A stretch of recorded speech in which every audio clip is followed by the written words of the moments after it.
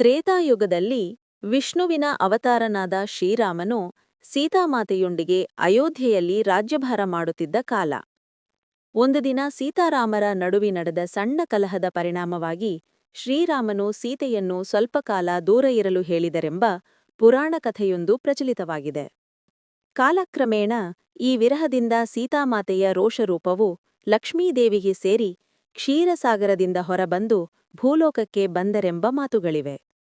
ಆ ಕಾಲದಲ್ಲಿ ಭೂಮಿಯ ಮೇಲೆ ಕಷ್ಟಗಳು ಹೆಚ್ಚಾಗಿ ಪ್ರಳಯದ ಲಕ್ಷಣಗಳು ಕಾಣುತ್ತಿದ್ದವು. ಜನರು ದೇವರ ಆಶೀರ್ವಾದಕ್ಕಾಗಿ ದೊಡ್ಡ ಯಜ್ಞಗಳನ್ನು ಮಾಡಿದರು. ಆದರೆ ಸಂಘರ್ಷ ಹೆಚ್ಚಿಸುತ್ತಿದ್ದ ರಾಕ್ಷಸರನ್ನು ಶಾಂತಗೊಳಿಸಲು ಯಶಸ್ವಿಯಾಗಲಿಲ್ಲ. ಅಂದು ದೇವತೆಗಳು ಮತ್ತು ಋಷಿಗಳು ಪರಮೇಶ್ವರನಿಗೆ ಮತ್ತು ಬ್ರಹ್ಮನಿಗೆ ಶರಣಾಗಿ ಪರಿಹಾರ ಕೇಳಿದರು. ಅವರು ಹೇಳಿದರು, ವಿಷ್ಣುವಿನ ಅವತಾರ ಮಾತ್ರ ಈ ಕಷ್ಟ ನಿವಾರಿಸಬಹುದು.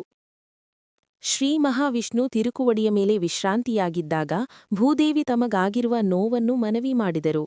ಆಗ ವಿಷ್ಣು ಅವತಾರವಾಗಿ ಭೂಲೋಕಕ್ಕೆ ಇಳಿದು ಜನರಿಗೆ ಶಾಂತಿ ಮತ್ತು ಸಮೃದ್ಧಿ ನೀಡುವೆನೆಂದು ಪ್ರತಿಜ್ಞೆ ಮಾಡಿದರು. ವಿಷ್ಣುವು ಭೂಲೋಕಕ್ಕೆ ಬಂದಾಗ ವೈಕುಂಠದಿಂದ ಲಕ್ಷ್ಮೀದೇವಿ ಬೇರೆ ದಿಕ್ಕಿನಲ್ಲಿ ಭೂಮಿಗೆ ಬಂದರೆಂದು ಪುರಾಣ ಹೇಳುತ್ತದೆ. ಲಕ್ಷ್ಮೀದೇವಿ ಭೂಮಿಯಲ್ಲಿ ಜನರಿಗೆ ದಾನಧರ್ಮ, ಕೃಷಿ, ಸಮೃದ್ಧಿಯ ಮಾರ್ಗಗಳನ್ನು ಕಲಿಸುತ್ತಾ ಪದ್ಮಾವತಿ ಎಂಬ ರೂಪದಲ್ಲಿ ರಾಜಕುಮಾರಿಯಾಗಿ ಜನಿಸಿದರು. ತಿರ್ಚಾನಲ್ಲೂರು ಭಾನದಲ್ಲಿ ಬಾಳುತ್ತಿದ್ದ ಆಕೆ ಎಲ್ಲರಿಗೂ ಪ್ರೀತಿ, ವಿನಯ, ದಯೆ ಎಂಬ ಗುಣಗಳನ್ನು ಕಲಿಸುತ್ತಾ ಜನಪ್ರಿಯಳಾದಳು. ಒಂದು ದಿನ ವಿಷ್ಣುವಿನ ಅವತಾರನಾದ ಶ್ರೀನಿವಾಸ ಅವರು ಅರಣ್ಯದಲ್ಲಿ ಗಾಯಗೊಂಡ ಕುದುರೆಯನ್ನು ಹುಡುಕುತ್ತಾ ಬಂದಾಗ ಪದ್ಮಾವತಿಯೊಂದಿಗೆ ಭೇಟಿಯಾಗುತ್ತಾರೆ. ಇಬ್ಬರಿಗೂ ಪರಸ್ಪರವಾದ ಪ್ರೀತಿ ಮೊದಲ ನೋಟದಲ್ಲೇ ಹುಟ್ಟುತ್ತದೆ. ಆದರೆ ಪದ್ಮಾವತಿಯ ತಾಯಿ ತಂದೆಯಾದ ಅಕ್ಷರಾಜನು ಮತ್ತು ಧರ್ಮದೇವಿಯವರು ವಿವಾಹಕ್ಕೆ ಅನುಮತಿ ನೀಡಬೇಕಿತ್ತು. ಶ್ರೀನಿವಾಸನು ತನ್ನ ಮೂಲ ರೂಪವನ್ನು, ತನ್ನ ದೈವಿಕ ಕಾರಣವನ್ನು ತಿಳಿಸಿದಾಗ ಅಕ್ಷರಾಜನು ಖುಷಿಯಾಗಿ ವಿವಾಹಕ್ಕೆ ಒಪ್ಪಿದರು.